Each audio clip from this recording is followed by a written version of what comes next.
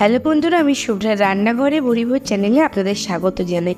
Bit এমনই একটা সবজি যেটা কিনা খুবই হেলদি, অথচ বাচ্চা থেকে বড় কেউই এই সবজিটা খেতে খুব একটা পছন্দ করে না। আমিও কিন্তু এটা খেতে খুব একটা পছন্দ করি না। তার জন্য আমি একটা দারুণ বিটের পরোটার রেসিপি শেয়ার করব, যেটা ছোট থেকে বড় সকলেই ভীষণ পছন্দ করবে। চলুন তবে রেসিপিটা দেখে নেওয়া যাক।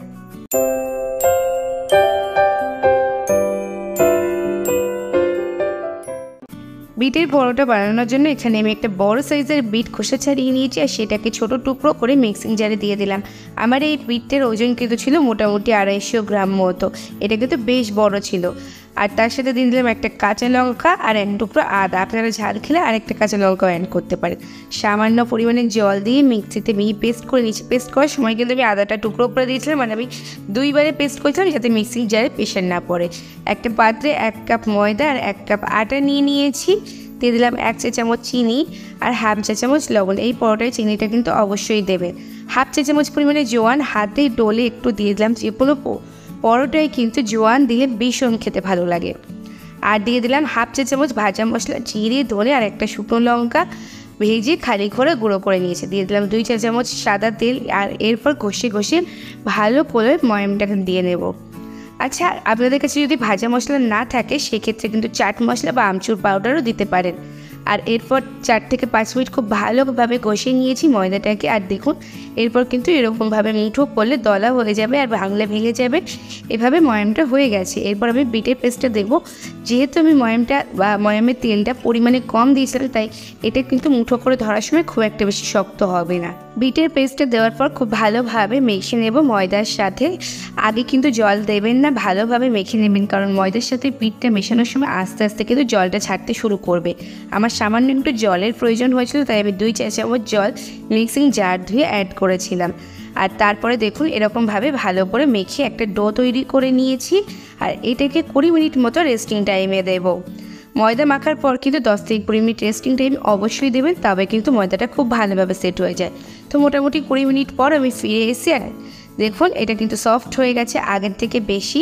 আমি একটু গুঁড়ো ময়দা বা আটা ছড়িয়ে হাতে ছোট ছোট করে লেচি কেটে নিচ্ছি, যেরকম পরিমাণে পরোটার লেচিটা হয়, মানে রুটির লেচির থেকে সামান্য একটু বড় বড়।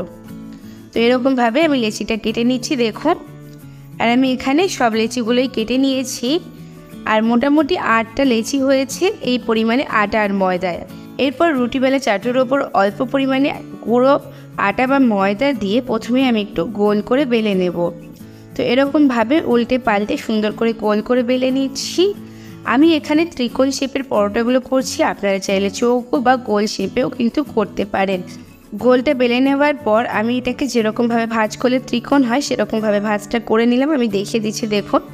আর এরপর আবারও একটু বেলে নেব, একটু বড় করে, যেরকম পরোটার শেপটা হয় যতটা বড় হয় ঠিক সেরকমভাবে বেলে নিচ্ছি উল্টে পাল্টে।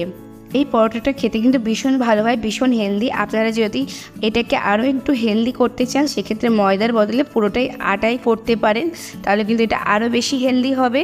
আর আপনারা চাইলে এটাকে গোল করে বেলে তার মধ্যে ডিম দিয়ে এগ রোলের মতো যেরকম করে সেরকমভাবেও বাচ্চাদের দিতে পারেন, ভীষণ ভালো খেতে লাগে। তো আমি এরকম ত্রিকোণ করে নিয়েছি। আর এরপর আমি চাটুতে দিয়ে দিলাম। চাটুটা আগে থেকে একটু গরম করে নিয়েছি।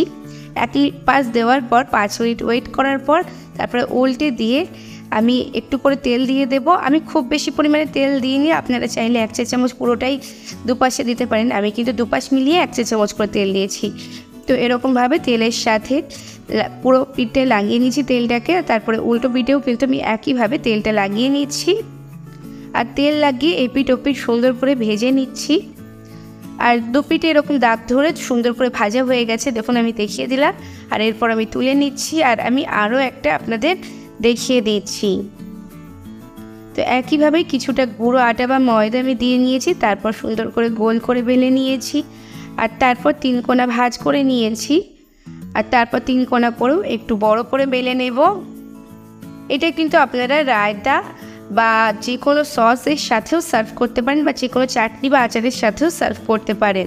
আর তারপরে আমি চাটুর উপর দিয়ে দিলাম। 1 পাশ হয়ে গেলে উল্টে দিচ্ছি। আর একইভাবে দুপাশে অল্প অল্প পরিমাণে সাদা তেল মাখিয়ে নেব। আর তেলটা লাগিয়ে নেওয়ার পর এরকমভাবে তেলটা লাগিয়ে নেওয়ার পর উল্টো পিঠেও আমি তেলটা দিয়ে দিচ্ছি। আর তারপর 2 পিঠ যখন সুন্দর করে সেঁকা হয়ে যাবে তখন কিন্তু এটাকে আমি তুলে নেব আর গরম গরম সার্ভ করে দেব।